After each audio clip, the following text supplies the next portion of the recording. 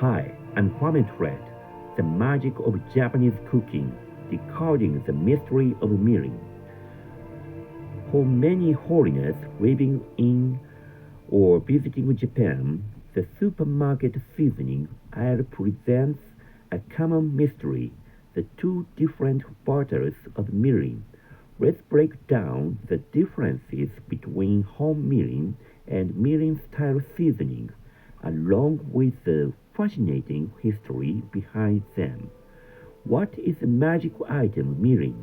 Often described as sweet rice wine, mirin is an essential Japanese seasoning right alongside soy sauce and miso. While soy sauce provides saltiness, mirin provides deep sweetness and a beautiful, appetizing gloss known as terry. This is the secret behind teriyaki. Furthermore, the alcohol in mirin eliminates raw odors from fish and meat, and it keeps delicate ingredients like potatoes from falling apart while simmering.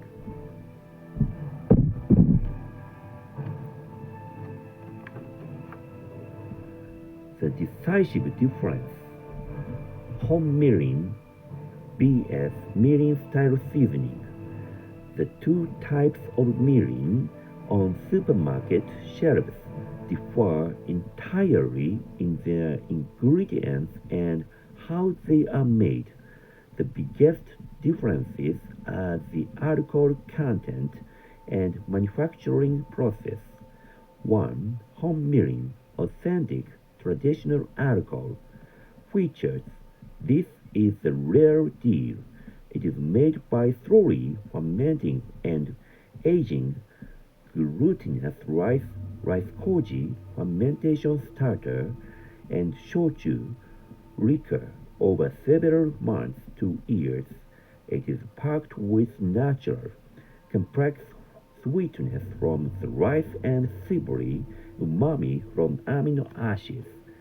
Alcohol content around 14%, similar to wine.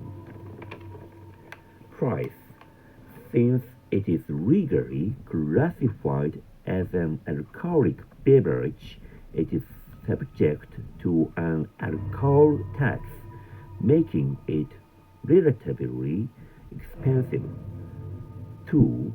Milling style seasoning, artificially recreated syrup. Features: a liquid seasoning created by blending sugars like corn syrup and umami ingredients to artificially mimic the taste of home milling in a short amount of time.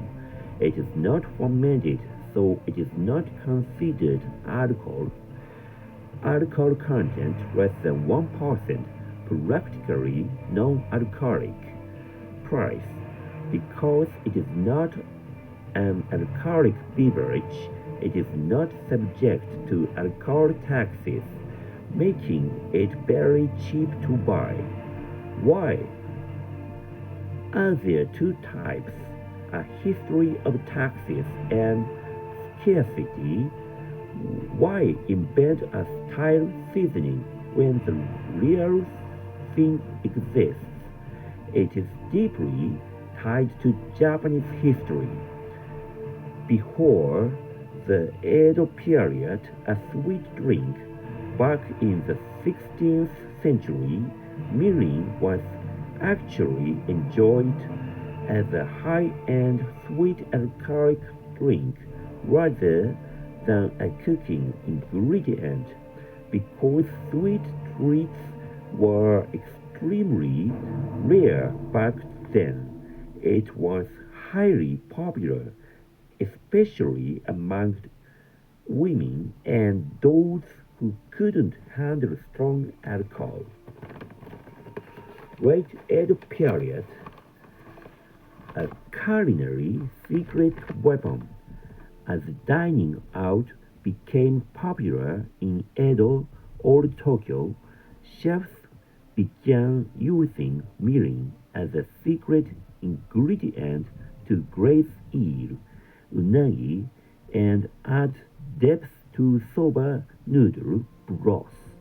Sugar was a very expensive import at that time, so mirin became the ultimate sweetener in Japanese cuisine.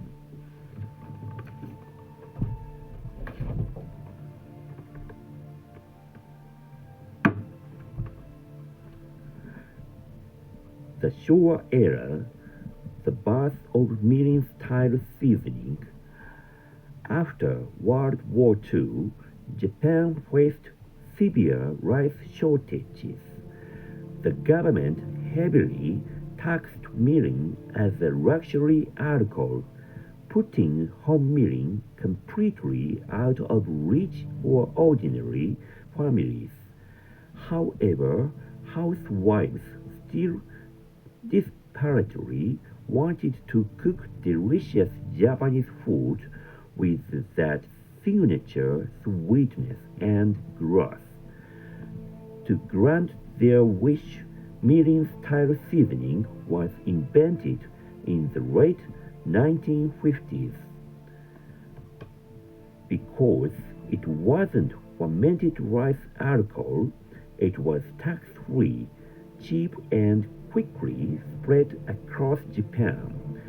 Today, laws have changed and home mirin is affordable again, but the convenient mirin-style seasoning remains a staple, which is why both sit on shelves today.